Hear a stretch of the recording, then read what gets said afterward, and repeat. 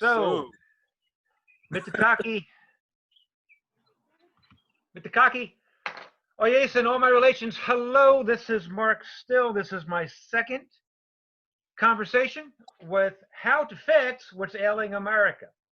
Back when I was so many times in my youth, and I'll probably do it again, there used to be, every once in a while, I would meet a group of people at a camping site, and we would sit around the campfire, and we would solve all the problems of the world.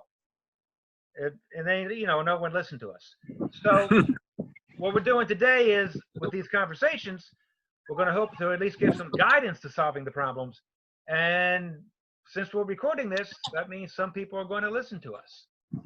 So getting into the second conversation, this is with my beloved friend, Sahr. I will let him introduce himself to you. So take it away, Sahr. so greetings, friends, to all my relations also. And thank you, Mark, for having me be part of this series of dialogues. My name is Sahr Abu, and where should I start? Well, I don't know. You want to tell the people a little bit about yourself? Yeah, I'm a very interesting guy, I guess. Oh, he's intensely interesting. I admire Sahr very, very much. I'm a citizen of the world. I was born in Sierra Leone. I'm from Sierra Leone, West Africa, and spent my formative years there, and been in the United States for quite a bit now, over 20 years plus. And I live on the East Coast, right outside of Philadelphia. I live in Wilmington, Delaware. Wilmington, which is right down the street from Philadelphia, right down the house. And I'm a healer. I'm an instructor, teacher, yoga instructor, yoga practitioner, and that is my vocation. That is my profession, and really dealing with the healing arts and sciences and pushing myself in that direction to help people achieve optimal health. I'm also a professional actor and director. So that's where Mark and our friendship developed when we were doing storytelling in Philadelphia, a place called Historic Philadelphia, in Center City at the end of the Historic District, which was 10 years ago, actually. Woo-hoo. I 10 know, years. man. Jeez. 2010 is when that summer we met. Exactly 20 years ago, actually. So, wow. 10 years of friendship. Yeah, 10 years of solid, good friendship. Sahr has enriched my life. I'm the person who believes that every single encounter in my life, I think Sahr believes the same thing.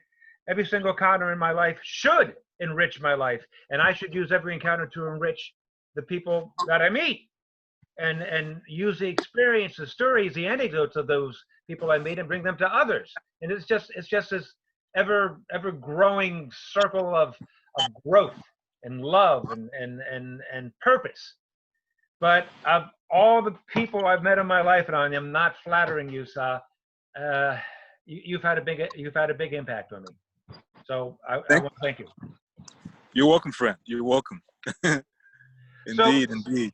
Sahr and I talked about what we were going to talk about, and I asked him if we could spend this dialogue speaking about. I guess we didn't actually boil it down to a sentence or two, but there's this big push going on right now from the progressive left, which is saying this is what a good person looks like. This is what a bad person looks like.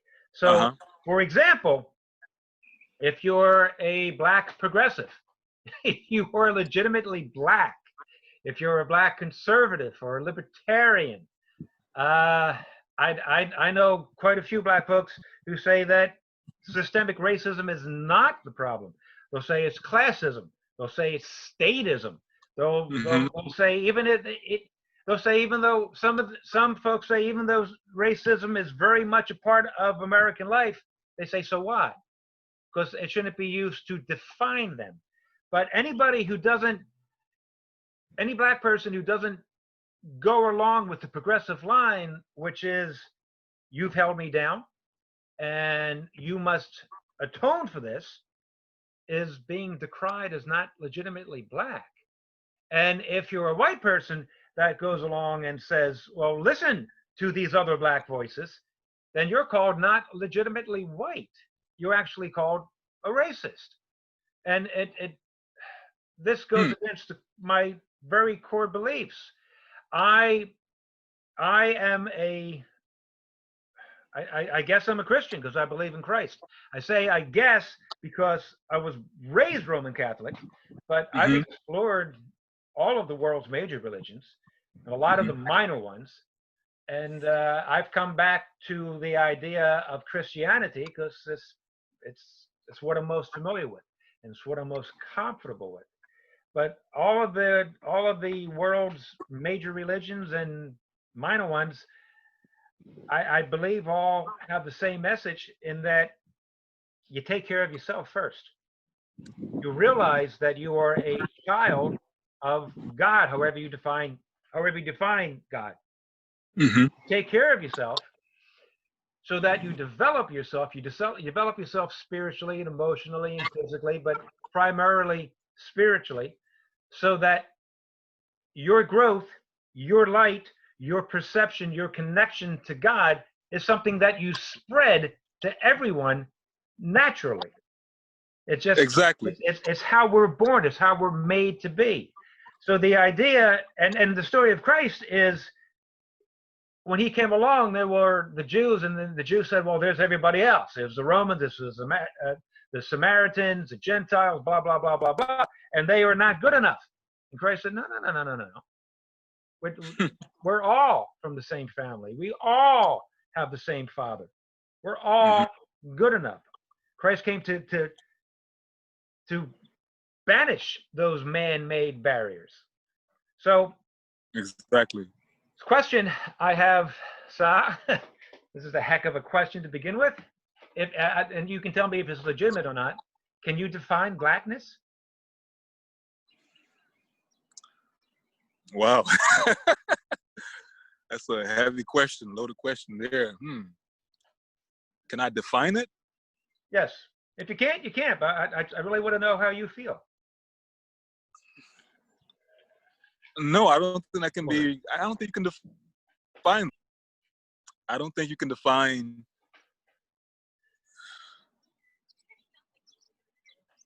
Even within certain communities, even within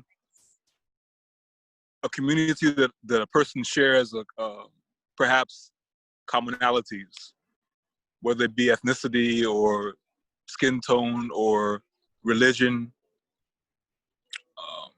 phenotype, you have differences.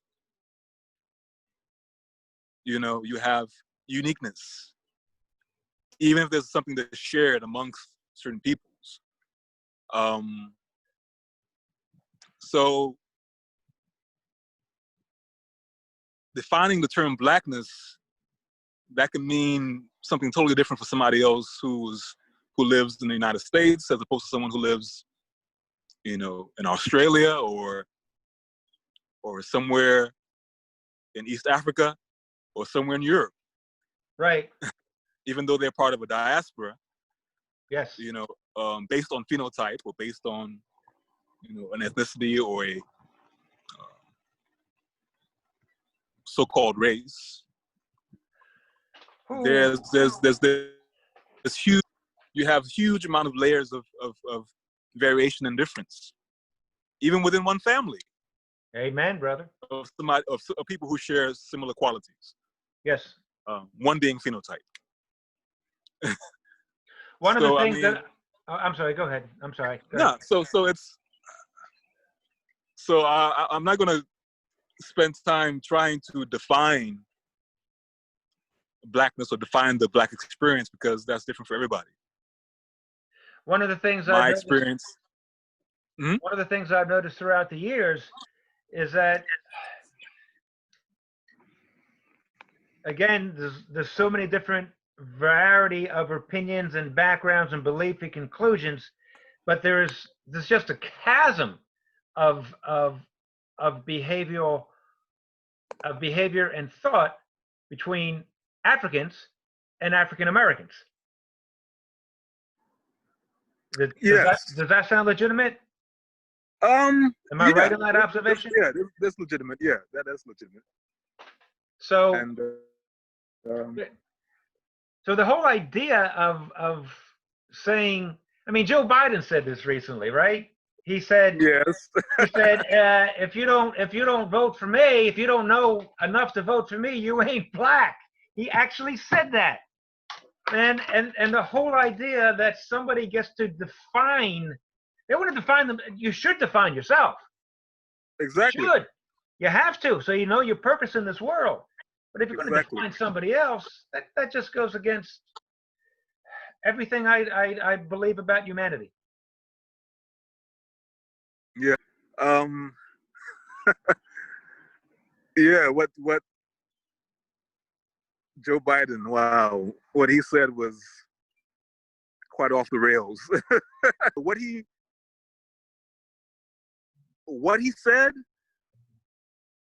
he's kind of almost saying, he's kind of basically adding insult to injury, because he's saying within the United States, he's basically saying, because he's saying within the United States, the the populist electorate who are considered African American, overwhelmingly have been voting Democratic for the Democratic Party over the past 50, 60 years. And he's in his own mind saying that, well, this is what I'm used to. I'm used to the African American community.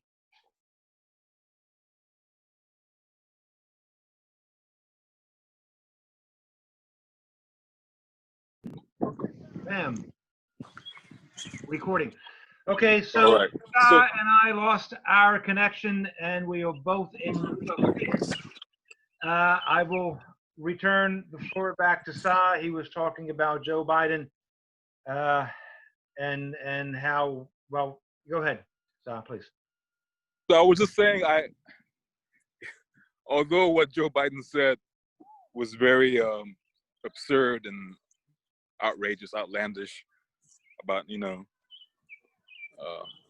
not being black if you don't vote for him, I understand his mindset. I understand his psychosis when it comes to that, because as ridiculous as it sounds, as absurd as it sounds, he, being a career politician in the Democratic Party, is accustomed to people who are in the African American community. He is used to them voting overwhelmingly for the Democratic Party over the past 60 years now.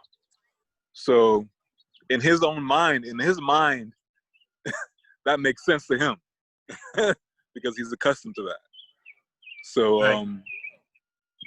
as ridiculous as it sounds and as absurd as it sounds, I understand why he said that. Why, even though it was, not very tactful, not very, not a very diplomatic way of going about things, but he said it because he has, in his mind, there's truth to that because of what he's accustomed to as far as the electorate is concerned. And voting over the years in his own state of Delaware, where I live, and nationally as well.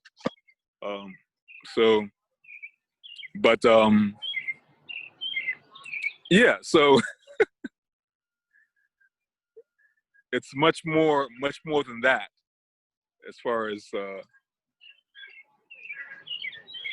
I think was interesting is, though, that there's so much pandering going on from, for example, the Democratic Party to get votes, and even things as absurd as Joe Biden saying what he said. There's some kind of, in a weird way, some kind of truth to that, because of of the voting records and how people, in urban areas or particular areas, vote the same way all the time, and there are no results. Nothing changes, and we're not sure. I'm not sure if they don't know. People don't actually want change, or they don't have any other alternatives, or they're not really demanding that the people that they put into office really represent them. They're not. Some people may say they're not buying the vote in a way. They're not making sure that their demands are met, at all costs. Right. So, yeah, I mean, it's kind of off the beaten path, but talking about politics. But yeah, I think, yeah. So, Biden has said some kind of absurd things, but sometimes they're Freudian slips in a way. Some of his absurd, meanderings and absurd gestures and are sometimes Freudian in a way, in a sense. I have to agree. So with you using words like absurd and Freudian and psychosis, then I can legitimately say that you view this whole mindset as unhealthy. Yes, very unhealthy, very dysfunctional. Okay. It's a very dysfunctional relationship. It seems like in America, there's a very dysfunctional relationship between the electorate and those who represent the electorate.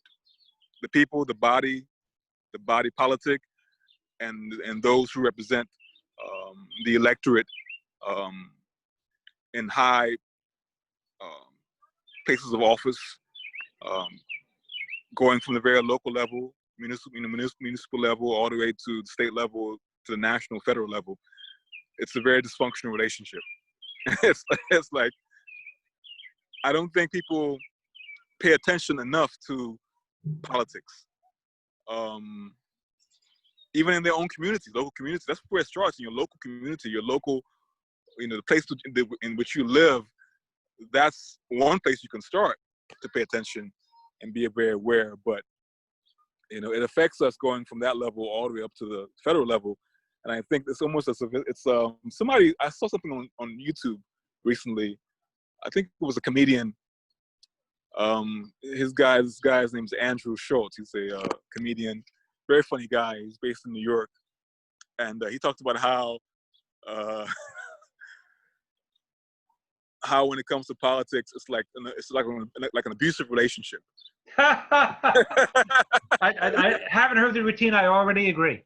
Yeah, and and the people, the electorate is like they're being abused, and and they don't know whether they should stay in the relationship or not,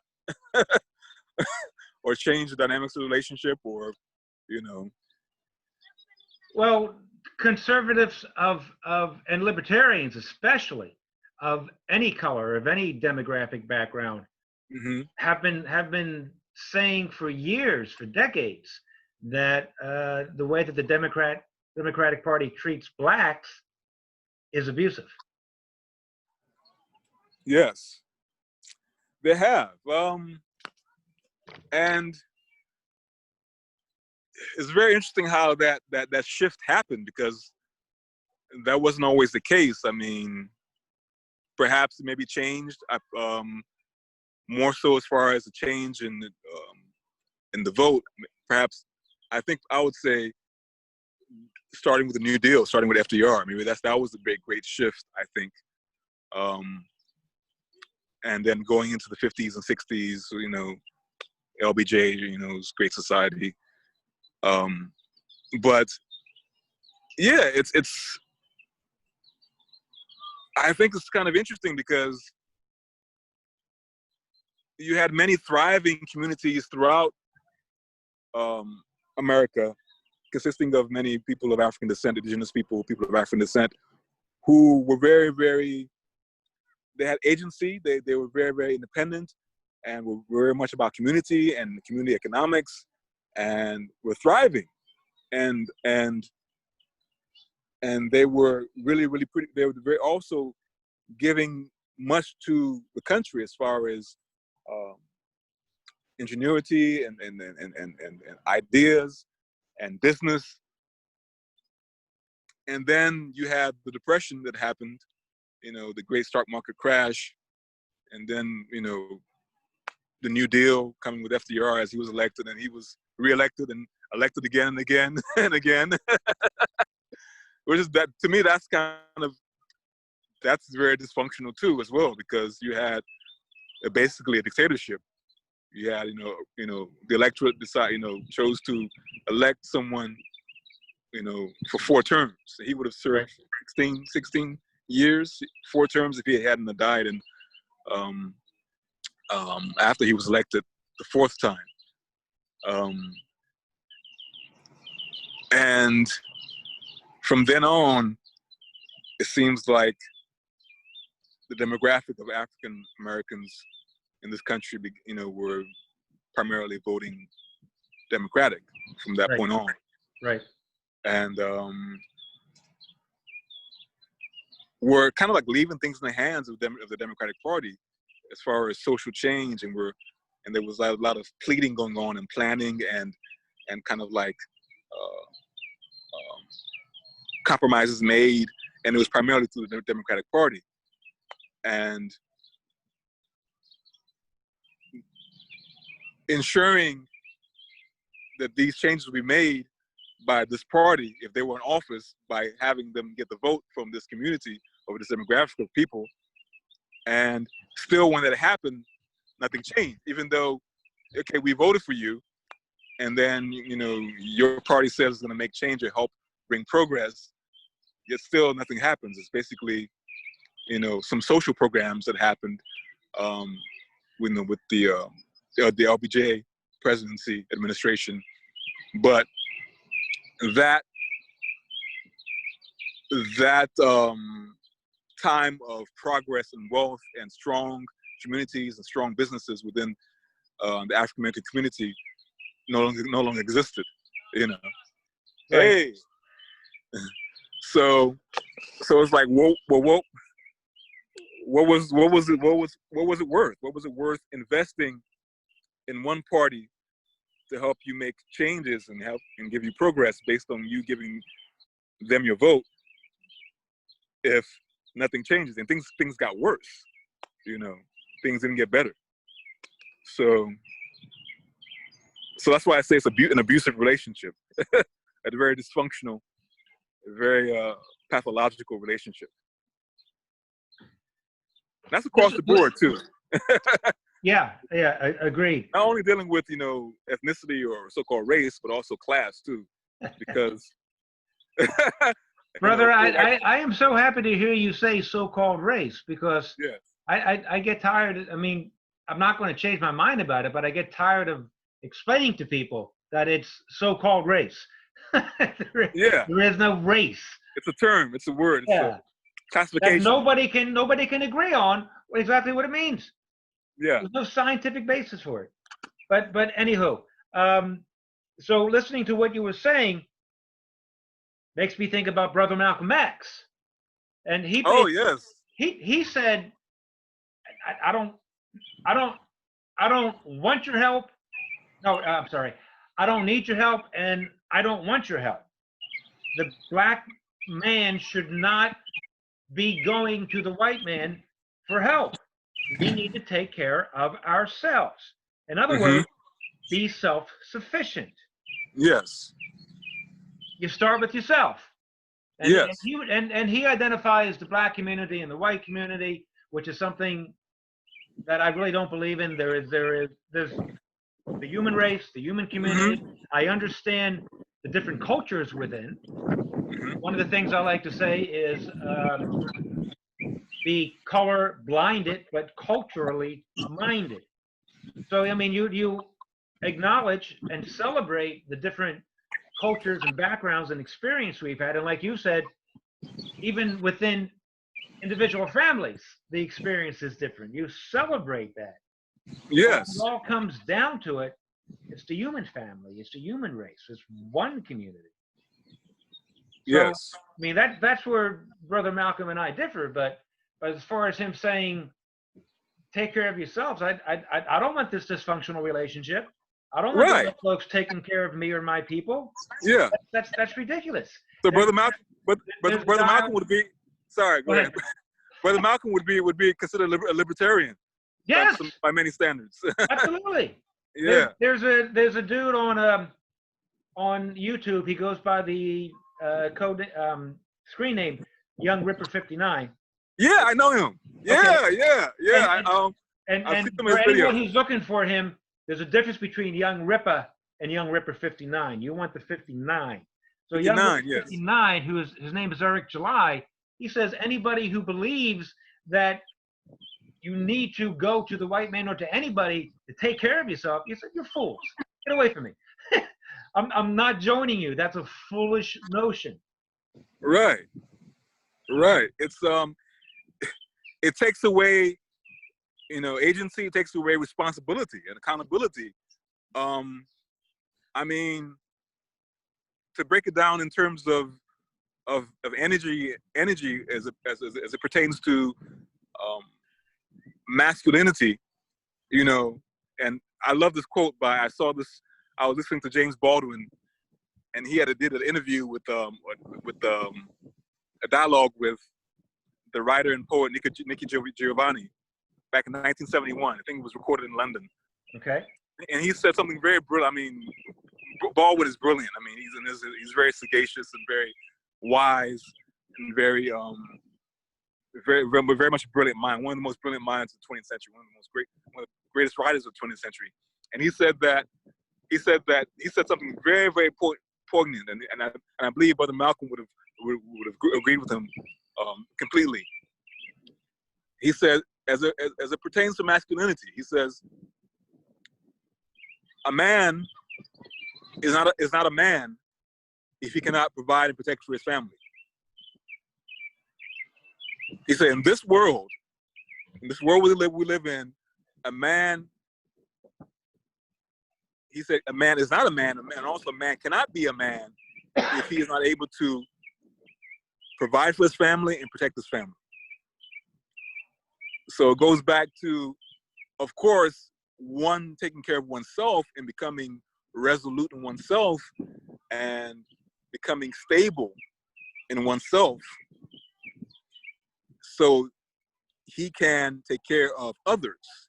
He can provide for others. He can help change things, make the world better for others. But he cannot do that for others if he cannot do it for himself. He cannot start doing that for others if he does not start with himself and create a foundation for himself. And the same thing goes for beyond that, as far as communities. If you have situations where you have men who are not being men, or who are not allowed to be men, or and provide and protect for their family and protect their families, then that will reflect upon that community, and you will see the symptoms of that. And no political affiliation, no political party is responsible for changing that. Is responsible for making that better. It makes no sense for you to rely on someone else to change that for you. For anyone. I'm sure it was the same for people everybody who came through here, whether they came through here, on ships, if they came here and they experienced the transatlantic slave trade, or if they came here as immigrants, it starts with the family first. It starts with the individual first, and then the family. And we cannot rely upon a government, or we cannot rely upon a political affiliation or party to correct that.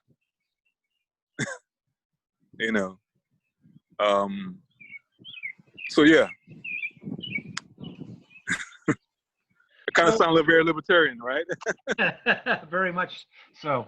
I mean, I don't claim any political affiliation. I don't say that I'm Democrat or Republican or conservative or liberal or libertarian. But if you hear some of my views, you'll probably think, oh, he must be libertarian. I guess in many ways I am. In many ways, but yeah, I think a lot of folks would say that about me too. I mean, I have. You just take some jacks and you throw them, and they scatter across the floor. So I'm scattered. I've got some views that are very definitely liberal, very definitely conservative, very definitely libertarian. When people ask me what I am, when they want to pin me down to a party or philosophy, I say I'm Mark. Well, I mean, there's no one else exactly like me. I'm Mark. Yeah, true. Exactly. So I know you're getting. I know you're going to have to leave soon. I want to ask you one more thing along these same lines, and I really want to thank you. This has been a really deep discussion. Thank you. Along the same lines of providing for ourselves, providing for our families, taking care of the community. Exactly. There's this. I was about to say the word conversation. The only people having conversation right now, I think, is me and you, and then anyone else I invite to this. There's this push at the idea that all police are bad. That, I mean, we've all had run-ins with bad police, myself included. And I've even known, as I mentioned in my last conversation yesterday, that there was police out-and-out murder of family, a family that's a friend of mine. One of their family members was killed by the police, and they just kind of swept it under the rug and do any investigation. I want you to investigate it. 5 minutes later, we investigated. I'm sorry, we've had no new leads. Case is closed. That kind of thing. So the family never got closure on that. A white family. So we've all experienced this, and I've personally experienced police that were just jerks and on power trips, but I've also experienced a lot more good police. Many more good police, and I know of families that the kids decide from childhood this is their dream, and they work toward it. And sometimes it's generational. This is something. Excuse me. This is something to be proud of. This is something heroic. This is something noble. And now the monologue, not the dialogue. The monologue is all police are bad. And it's dangerous. It's extremely dangerous. So when my wife pointed out to me that Rolling Stone said something about all police are bad, get rid of all police shows, don't have any media depiction of an officer as a good person, just don't do it because the writer said that's dangerous. And all I'm thinking is, see, the progressives play this zero-sum game. They do this thing where they say, they identify a bad person, and then okay, fine, get rid of all these bad people, and then they start saying, well, now you're bad, and now you're bad, and the number of and the percentage of acceptable good people, quote unquote, gets smaller and smaller until there's nobody left. So you got the Rolling Stone reporter saying all police are bad because so many other people are saying it, but let's say we get rid of all the police. The Rolling Stone writer said all the police are bad. They represent all that's bad about society. But that just means that eventually police are gone. Someone is going to identify the Rolling Stone officers as part of the problem. They're going to say that Rolling Stone represents, I don't know, white supremacy. They're going to represent the problem, whatever the problem is. Identify the media and the collective of acceptable people gets smaller and smaller. The idea that the idea of the Rolling Stone writer saying that that writer is setting herself up for somebody targeting her, and she losing what she feels, what she holds valuable. There have been so many people. I mean, I know of people in Philadelphia that their businesses, and in some cases their homes, were actually attacked by the rioters, burnt down, and they lose everything they have. And guess what? They didn't have insurance. You had this Right. insane monologue saying, well, they have insurance, so it's not violence. It doesn't count. Yeah, it counts. And even if you do have insurance, the idea that you're going to get your claim settled in a timely way, and then the insurance rates are going to go up for everybody, including the urban community. So forgive me, I'm ranting. The next crisis, my friend, is hyperinflation. That's our next crisis. Yeah. Then things will really hit the fan then. So how do you feel about this whole thing about all police are bad and that the police departments need to be abolished? I don't agree with it. I don't think I mean, it'll be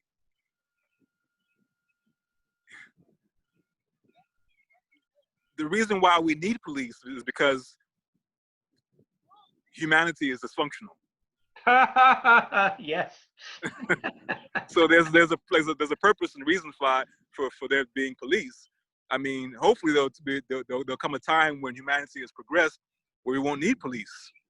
You know what I'm saying? Though we won't need to have, because we'll be progressed spiritually enough, progressed enough spiritually, I should say, that there will be no need for there being a separate entity to correct wrongs.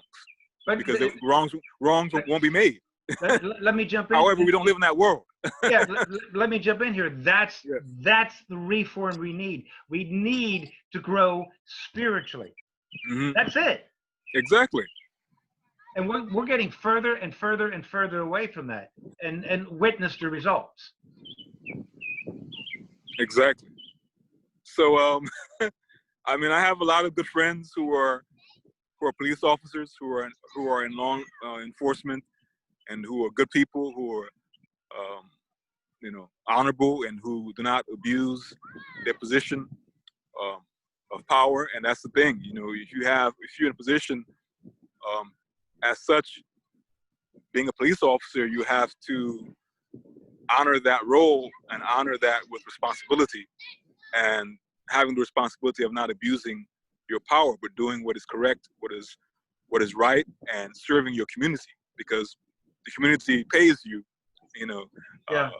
The taxpayers, their tax money goes to pay your salary. So that should be honored, and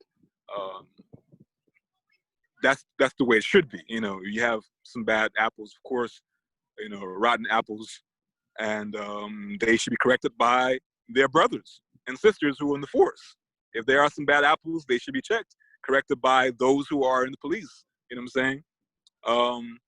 But getting rid of the police and getting rid of a police force, I don't think it's a good idea, because we're not even at a place yet where we can it's kind of like hello. Yeah, it's kind of like the parent who has children, and they give them certain directions or give them certain instructions to not do this, not do that, and when they're gone, after the parent says, okay, we're gonna leave, and the house, you take care of the house, and what not to do. We have this, these rules here and that, and they leave, and then the whole issue of integrity comes into place, because the children are either going to do what the parents told them to do or not. And these parents shouldn't have to be in their presence for them not to do what's not correct. So it's like, I'm not trying to say that the police are parents, but human nature is human nature, and we shouldn't have to have police. We should correct ourselves. We should correct our thoughts. It all starts the act before even the action happens. The the condition of moving to action, we should be able to correct our thoughts before we even go into action. So policing ourselves. Yes. But not enough people are doing that.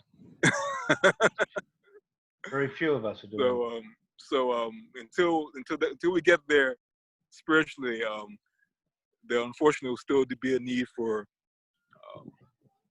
police, or at least having communities police themselves. If you want to minimize that, but still, that's to me, it's not a good idea to just abolish that. Not in these times, and not in this situation. And unfortunately, some police forces in some places have a bad reputation because of corruption, just like in politics. Right. Unfortunately, that's the case, and there should, it should correct itself. It shouldn't come to a point where that happens. It should be, it should be an entity that corrects itself, that has its own checks and balances, so to speak.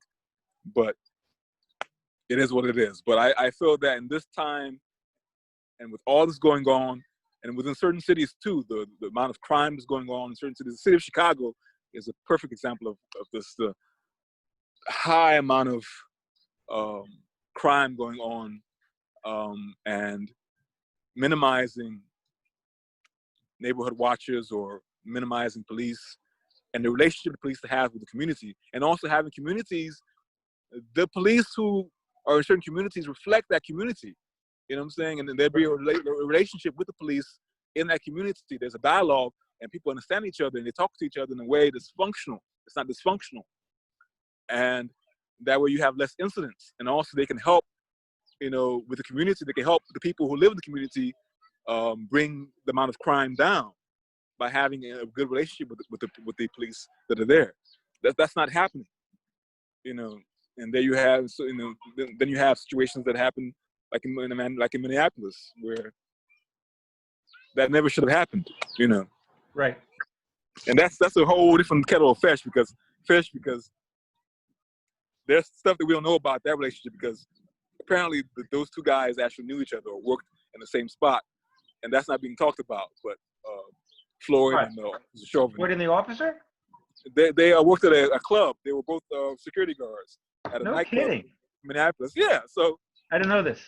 Yeah, so they actually had a relationship, or they knew they worked, with each other, So that's something that's not even talked about, and I'm sure there's levels to that. There's probably stories within that relationship that we know nothing about right now. Wow. So that's interesting. But yeah. I feel it's not a good idea. But I understand the reason why people feel the way they feel about minimizing police, because of corruption, because of what they've seen as far as corruption. So they feel that we must just totally minimize or abolish or defund, because in their mind they see what has happened, and they feel that a good idea would be just to get rid of it. But the police will not solve the problem. I mean, you still have problems. You still have issues. Right. That's not a to me, that's not a very productive remedy. It's not even a creative one. Yeah. So it's not. You're absolutely right. It's based on emotion. We I don't know if it's so much the human equation, but very much so in America. We just like to have a boogeyman. We like to be able to say, this is the problem. Let's get rid of this problem. Everything will be fine. That's what I was talking about before, about the zero-sum game, diminishing returns. Because once you get rid of that problem, you find out, or once you get rid of that boogeyman, you find out the problem's still around. So you identify some other group. That's the problem. You get rid of them, and boogeyman's still around. Yes. So, the group gets smaller and smaller until there's just about no one left. An excellent point you made, and the reason why that is because the symptoms are being addressed, but the root cause is being ignored. Yes. So hence the boogeyman, because you want to address the symptoms of the issue and not going back to the actual origin, the root cause of it, addressing that. You're in denial of that, but you want to address and try to remedy all these symptoms, but you're not addressing the root cause. So until that happens, you'll still just have, symptoms coming up again and again and again until, there's a big mess. Yeah, there are very much symptoms that need to be addressed in urban communities, very much symptoms that need to be addressed in suburban communities and within say whites, blacks, Latinos, whatever. But again, it's easier, and as far as I'm concerned, a little cowardly to say boogeyman. Exactly. It's easy. I'm down with the idea that there are simple solutions, but the simple solution is you develop yourself spiritually. Exactly. That's what you got to do. That's the work. People don't want to. Mark, you just said it. You just hit it on the nail. The work. That's where the work comes in. Many people don't want to do the work. which was me for a long time. I was just beginning to realize that I had to do the work when you and I met. Just beginning. And then I threw myself into it. Starting about, 6 years ago. That's when I first started throwing myself into it. So I was just shy of 50. I'm not proud that it took me so long to do it, but the fact of the matter is I did it. That anyone can find redemption. Anyone. Exactly. But it's work. It's work. A conscious choice. Brother, thank you. Thank you. You're welcome, my friend. Thank you. Thank you very much for. We need to do this again because I'm considering the idea of making this sort of a weekly or bi-weekly thing. I may even make it a podcast eventually. Yeah, man. We'll talk about all sorts of things. Yeah, I dig it, man. This is necessary. This is needed. This is yes, more than ever. I am thinking that I will get this posted tomorrow. Okay. I'll keep you informed. Cool. Should I link you too so that it shows up on your site too? Yeah, you can do that. Okay. And it's going out to Instagram and Twitter too, and YouTube. Okay. So I'm on, of course, Facebook. I'm on Instagram, and also I'm on YouTube. So I can provide you with information for that. Fantastic. All right. Thank you. Thank you. All right, my brother. And my everybody yesterday's, when I was doing the interview yesterday, I was thinking, because I open up with Mitikai Oyesin, all my relations. That's become my established beginning, my opening. And then when I got to the end of the interview, I'm thinking, I have an established ending, but I forgot what it is. And something reminded me, peace, 4 fingers. With 4 fingers. Yes. God bless you. I love that. I love that. Thank you. Thank you for being my friend. Thank you for being my brother. Thank you for your continued inspiration. Likewise, my brother. I appreciate you. Love and gratitude deeply. Love and gratitude deeply. I will to all my relations. See you, everyone. Bye-bye.